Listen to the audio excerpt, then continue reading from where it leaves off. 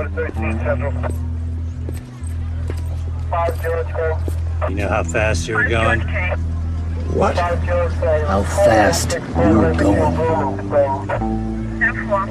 I don't know. 10? 8.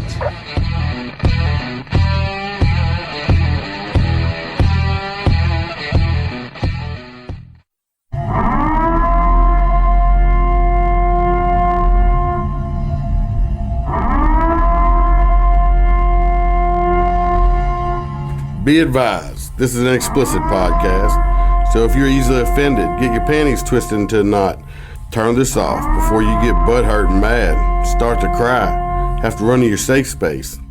All opinions are those of the host and his guest and do not reflect the opinions of any government agency.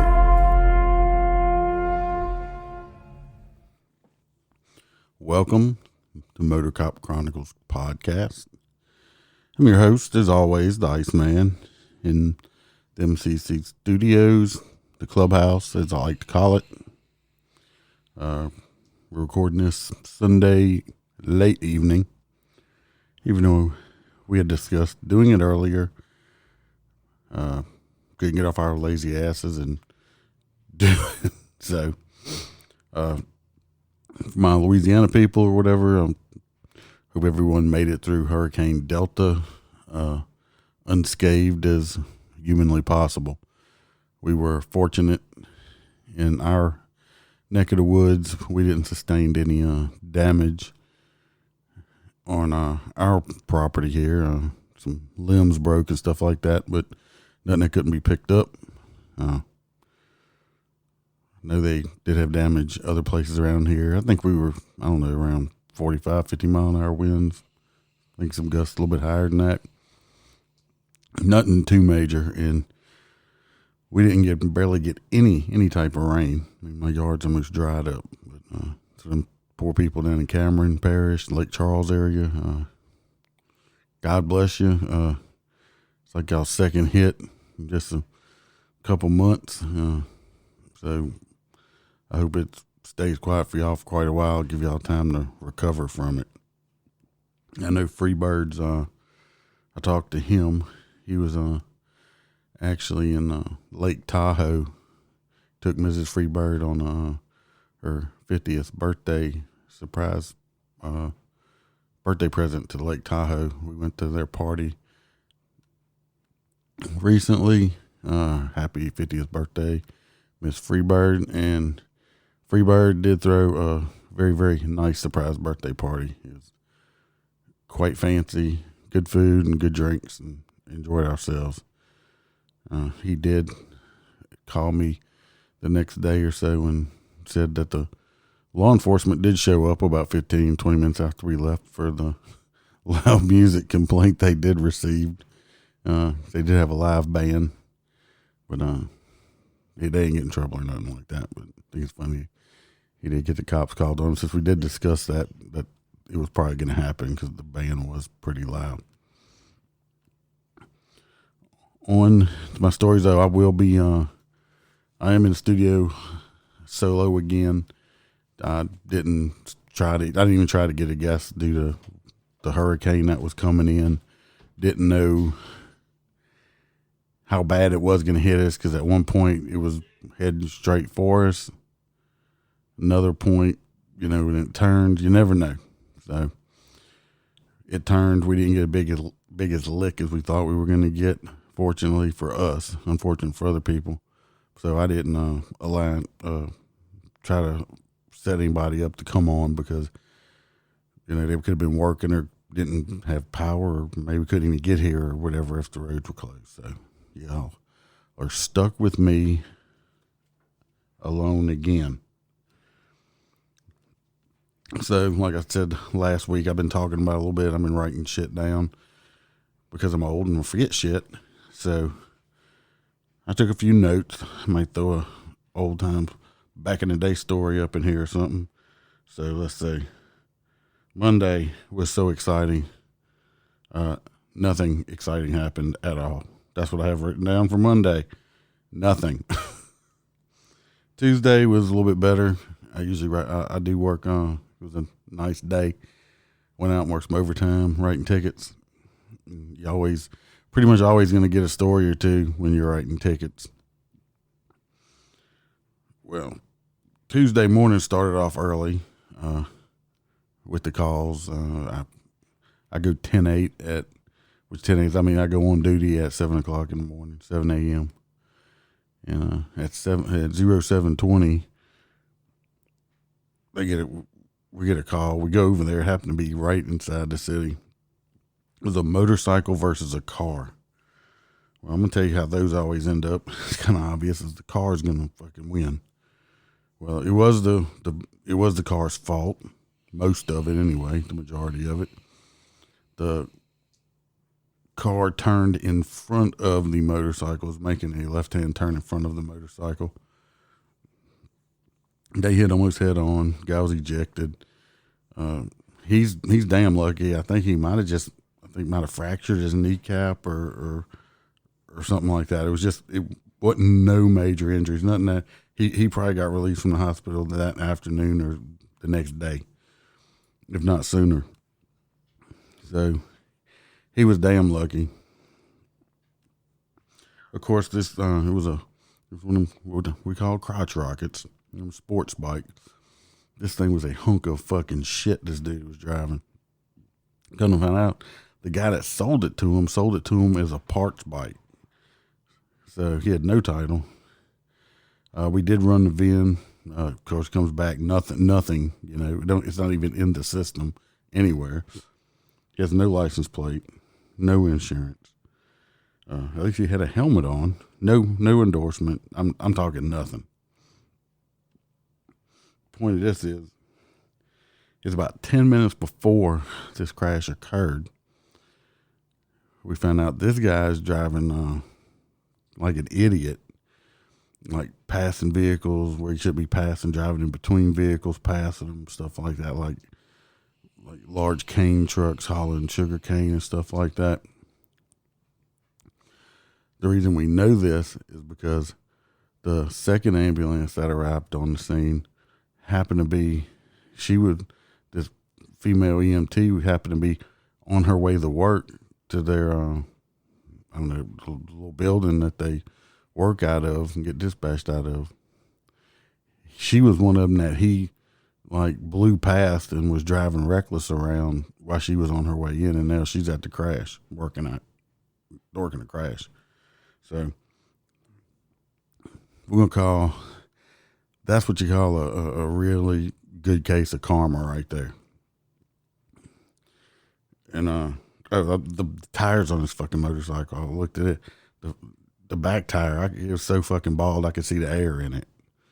I mean, it was all kind of fucked up shit. So even though she turned in front of him, I'm sure if he probably wasn't speeding and driving like an idiot, this crash wouldn't have occurred, or he'd have had time to stop because there weren't even any brake marks. So karma strikes. Hopefully the guy learned his lesson. They said he didn't get hurt too bad, nothing major. The car's going to be totaled out from this motorcycle. That's karma. Hope this guy learned his lesson. I'm going to throw this out there before I forget. Did receive an email from a Tyler. I'm not going to know last names or locations or nothing. Appreciate it very much. Congratulations. I believe you said you were getting ready to start police academy or something in January, I believe. Good luck with it. I know I don't talk about the training and stuff. If you have any questions or anything about that, shoot me an email when you get out of academy, get some time under your belt or whatever. If you want to, when you get out of academy, want to talk about academy, shoot me an email. We'll get you as a call-in guest because you're not local or anything, but I appreciate it. BAM did mail out some stickers to you, and I hope you got them. If you haven't got them already, you should be getting them. I know they were mailed out earlier in the week. So thanks for listening, and I appreciate it tremendously. Let's get into my rant. And believe it or not, this one is not interstate related at all or driving related. pisses me off when you pull up to a gas station and the pumps are designed and put there certain distances apart and everything so you can get more than one car in there. When you get the stupid motherfucker gonna pull in, but they pull in with they're blocking both pumps, but they're only getting gas on one fucking pump, and you can't. So you're just sitting out there waiting and waiting because there's no pumps available. And then you watch them pump their gas. They see you sitting there waiting. They're gonna, instead of getting in their car and moving it, they're gonna meander their ass inside and go fucking shopping to go buy whatever. Fucking just get in your car and move it to a parking space instead of just sitting out there watching you fucking shop. Motherfucking everybody just living in their own bubble. Like I said before, living in their own bubble. The only person in the fucking world. I'm gonna take up two gas pumps because I don't know how to fucking pull up properly. And now I'm gonna go inside to buy me some fucking Cracker Jacks or something. God, motherfuckers like that piss me off. I finally do get pulled up at another pump, had me next to the dumb motherfucker, and I'm out pumping my gas before I go out on the interstate and write tickets. They're going to come out and go, oh, and they're going to nod and try to be all nice. And I'm just sitting there looking at them like, I just want to look at them and say, are you just that stupid? Are you that stupid? Do you see how you fucking parked here? But no, I just nodded back. But God, I wanted to say something so bad. So that's my rant this week. Do not block two gas pumps when you're pumping your fucking gas. Pay attention. And after you finish pumping your gas, if you're going to go inside and you see other people waiting to get fuel, move your fucking car. So then I finally get out on the interstate from getting gas. I've given myself some woo-saw because I don't want to start writing tickets in a fucked up bad mood. I clock and pull over a pickup truck doing 91 in a 60. Those car haulers you can rent from like U-Haul, where it's just like the two front tires of the car. You put it on the little trailer and it straps down and you pull your car. It's got a car hauler. I'm not sure the technical name of it, but this pickup truck had one of those behind it, doing 91 miles an hour when I stopped him. Now, they got stickers all over this motherfucker that says max speed 55 miles per hour. Big fucking stickers on it. I walk up, get the driver's license, and same old information from the guy and stuff, and I'm like, are you trying to get yourself killed or are you trying to get somebody else killed? Because this thing's is bouncing all over the damn place. It's not made for that kind of speed. Oh, I'm just in a hurry. We're going to go to get this car that had been, towed from broken down on the interstate. I mean, the car had been fucking impound at the record yard for like a month. And now you're in a big ass hurry to go get it. I'm in a hurry. I said, do you realize how fast these trailers are rated for? Well, the female that was with him says 55. I said, well, you ought to let her drive because at least she knows how. They got big ass stickers on it. Other than that, they were nice people and everything, and he took his ticket and was totally okay with it. And I'm telling him, look, slow down. You're going to get yourself killed. Worst case scenario is this thing's going to come off or bounce around and hit a car and hurt some innocent people just driving home from a vacation or something like that. 91 in a 60, pulling an empty car hauler trailer. That was the first stop. First stop Tuesday. So we started at the first one. We're going straight to the last stop I made Tuesday. This is a little bit after 6. Because none of the others in between were like 10 or 12 of them. None of them were worthwhile talking about. Just plain old boring traffic stops, which are great. Don't get me wrong. I'm not complaining about those at all. The last one I stopped, this guy's driving like one of these little vans where people call and they'll pick you up and bring you back and forth to the doctor or whatever. It's private transport van, people transport van. Well, I got him doing, I believe it was 78 in the 60, which is 18 over. So I pull him over, make the stop. Like I said, same spiel as always. No, I'm sorry. It was not 78. It was 86 miles an hour in this little van. The one before that, I got 2 transport vans this day. First one was 76. This one was doing 86 and 60. I go up and get the guy's information and stuff, and I tell him how fast he's going and stuff like that. Well, I come back with the ticket from his side. He's like, "Look, man, I'm just in a hurry." I'm like, I didn't look at him, tell him. I'm thinking to myself, well, that's fucking obvious, because if you wasn't in a hurry, you wouldn't be doing 86 and 60. He's like, "Oh, I'm just in a hurry." I'm like, "Is there an emergency or something you're in a hurry for?" "Well, the hurricane's coming." Well, I just kind of look at this guy. I said, "The hurricane's coming?" "Yeah, that's why I'm in a hurry. The hurricane's coming." This was Tuesday. The hurricane impact was not supposed to hit until late Friday, which was correct. I'm not sure the exact time. So we were getting winds around here picked up probably around 7, 8 o'clock that night, Friday night. This was Tuesday. And he said he was in a hurry to get home because the hurricane was coming Tuesday, and the hurricane didn't hit until Friday. Good try, buddy. Good try. Here's your ticket. Have a nice day.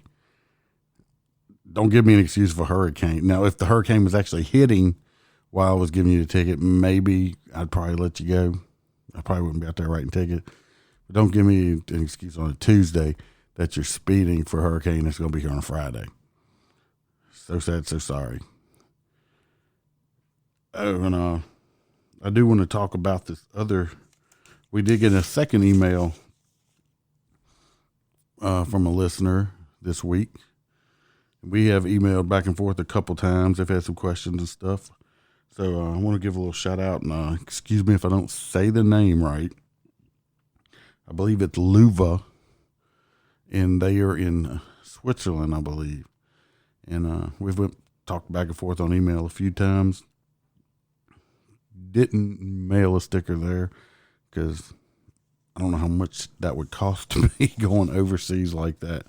But I have enjoyed the emails from Luva, and thank you for listening.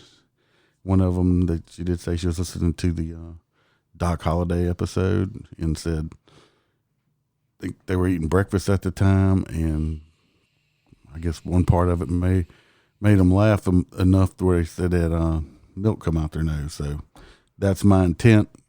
I like to make people laugh. Life is serious enough. The world today, especially serious enough. And it's nice if you can put a smile and make somebody chuckle every now and then. So thanks, Luva. I hope you keep listening. And I'll respond to your email whenever you email me back. And anybody else that does decide to email me, just let me know. As soon as I see it, I try to email back. I haven't got a ton of emails, but everybody that has emailed me knows that I will email them back personally. So let's get back to the stories. And this one is a way back in, and I'm talking way back in the day story. Probably good 20 plus years ago. This is when I was just been on a couple of years at this point. I never made a name up for this guy. We worked together for a while. He was a K-9 officer. Unfortunately, he died years back. He had got cancer and did not survive it. And yeah, we were close to the same age. It was a sad time, but unfortunately, this guy didn't get to finish out his life or career.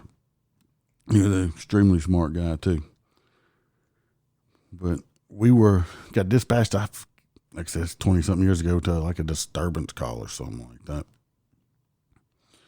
And this house we went to, It's in a lower part of the parish, which is very flood prone by a river and everything else. So the house was probably a good 15 feet in the air, elevated on poles, however you want to say it. Anyways, there's a lot of steps going up there.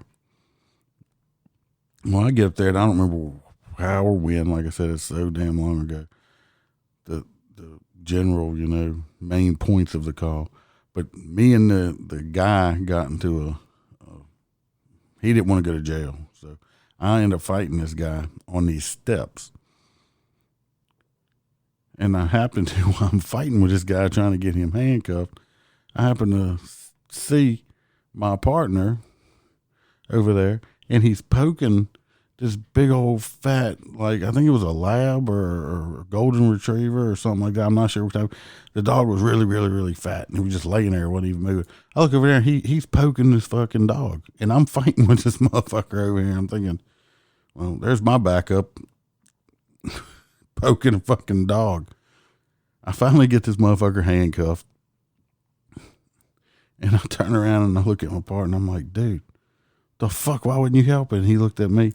He never missed a beat. And he's like, that dog's still alive. I'm like, I don't fucking care if that dog's alive or not. And he's like, but look at it. It looks like it's dead. It was sleeping. It was so fat, it didn't want to move. He was more worried about figuring out, Columbo, I was working with, was more worried about fucking figuring out if this fucking dog was alive while I was over here fighting. He's like, I knew you had it. I looked at you. I appreciate it, motherfucker. This is the same guy that I got my ass chewed out one time. I got called into the office and threatened about, I was threatened to be fired and all kind of other shit. Got my ass chewed out because this woman called, said that I was at her house. She was drunk, and that I was laughing at her in her face. I had no earthly fucking clue of what this administration person was talking about. I was clueless. I'm like, I have no idea what you're talking about. I hadn't been on no calls when I laughed at any drunk person. So anyway, I got my ass chewed out. If you ever do it again, you're going to be fucking fired, blah, blah, blah, blah. You're going to do this, and this to you. And I'm just, at this point, I got steam coming out my ears. And I was 20-something years old. Wasn't that experienced back then. Nowadays, I know how to, if administration come at me with something like that, I'm not just going to sit there and take it like that. I'm going to defend myself more vigorously and stuff like that, but with a better tone than I would have had back then. But anyway, I leave the office. Steam coming out my fucking ears. I am fuming mad. And I ran into the same fella. my partner, Columbo, that we were running around with. And he's like, I'm beyond mad. He's like, man, what's wrong with you? I'm like, dude, so I just got called in, and they threatened to fire me because some woman called in, said that I went to her house, cussed her out, and was laughing at her while she was drunk. And they said that she had one of my business cards. I'm like, I have no clue what they fucking talking about. None whatsoever. Well, he starts laughing uncontrollably. I'm like, dude, I really don't find the humor in this. This ain't fucking funny. I'm mad as a motherfucker. I'll take an ass chewing for something I did, but I'm not going to take an ass chewing for something I fucking didn't do. And I was just on a roll. And I'm like, so you need to stop fucking laughing. I don't know why you think it's so funny. Well, then he finally gets a hold to himself. And the reason he thought it was so funny, was because it was him that was on the call that laughed in the drunk woman's face and said that she wanted his name and his card so she could call and complain on it. And this motherfucker took his own card, turned it over, and wrote my fucking name on it. And that bitch called in and complained on me. And I wasn't even there. And now, the shit's funny.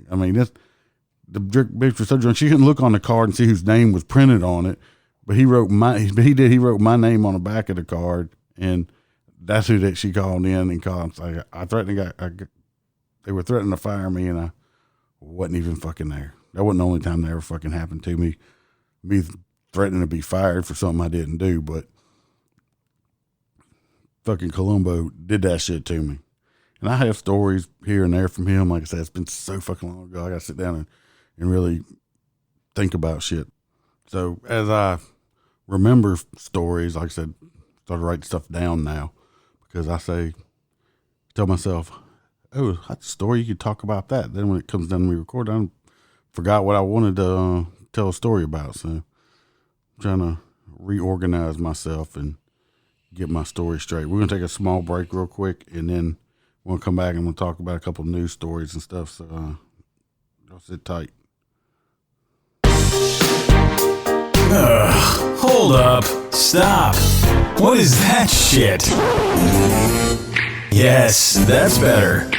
Perfectly dysfunctional. One messed up, crazy family having conversations about who knows what.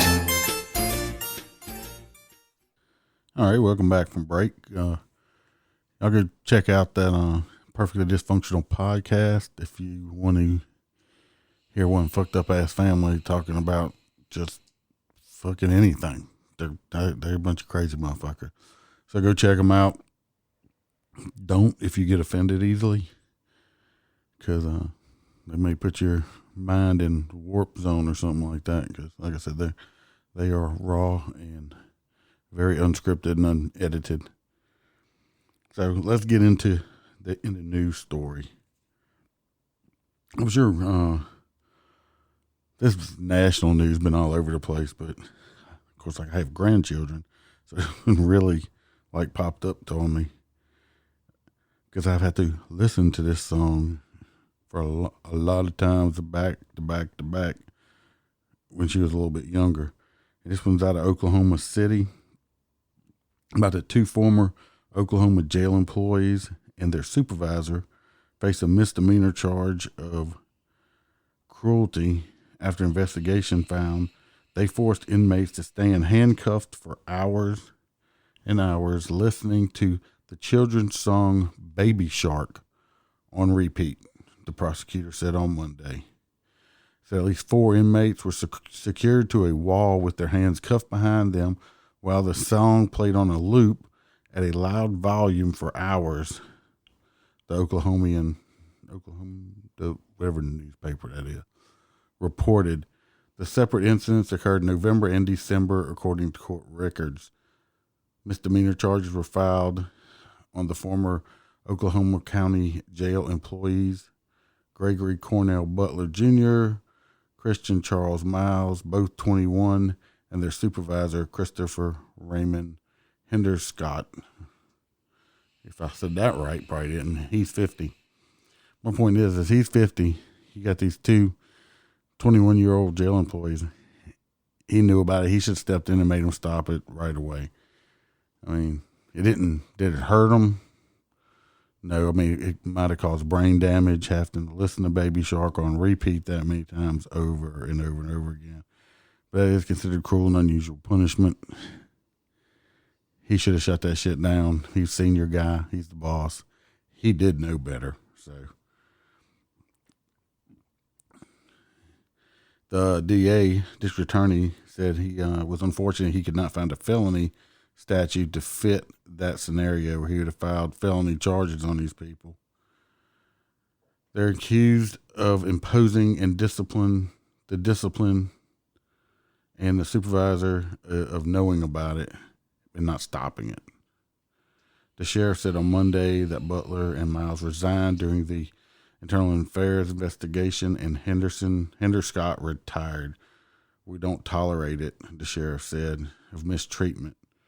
We always did an excellent job policing ourselves. And of course, I don't have to get to it. We all know, I don't think anybody, unless you're living on the moon, did not know about Baby Shark. That could be cruel. I mean, that just over and over and over. Baby Shark. I was subjected to that myself with the granddaughter over and over and over again. And that is cruel and unusual punishment. Big time cruel and unusual punishment. I usually only do one story, but I did see I did see a second story that really caught my eye. So, and it's the police find suspicious devices on Trump signs. This was in Maryland. It said several suspicious devices were found on Trump-Pence campaign signs around Maryland City. But they had the bomb squad go out and check it out to see what they were, and there was these small devices on them. We kind of found out they were these little alarms that people put on them. So when somebody stole the sign, the alarm would start, chirping or screaming loud and all that stuff. I could just see them rolling out their damn bomb squad to Trump signs. Somebody did put these signs in. It was on government property or right of ways or something, which I'm assuming that's illegal everywhere. I know it's illegal here. I believe that from that story it said that's illegal in Maryland also, but they were putting on it was put on public land and not on private property, so they were removed. But I think that's quite funny. They were putting alarms on the fucking Trump signs, so when people went to steal them. I don't think we've had too many. I haven't heard about too many political signs being stolen. I know Jim Brown, the guy that was on episodes back, was running for police chief, which that'll be coming up the same day as presidential election. Go vote for Jim Brown if you live in that area and you know him. But I know he had a few signs that were stolen in his area, but I haven't heard of any presidential stuff. But the alarm thing is quite innovative, stuff like that. Be cool if you could electrify them, but I believe that would be illegal. But don't do that. I'm just saying I thought it would be for the people that were stealing them, to get a little electric shock, like from a cattle electric fence thing or something like that. But don't do that. It's illegal. Other than that, I don't have a whole lot this week. Like I said, we survived the hurricane. Everybody else I know survived the hurricane. And hopefully this week's going to be gorgeous coming up. Oh, Monday is Columbus Day. So happy Columbus Day. Yay for me. I'm off for that particular holiday.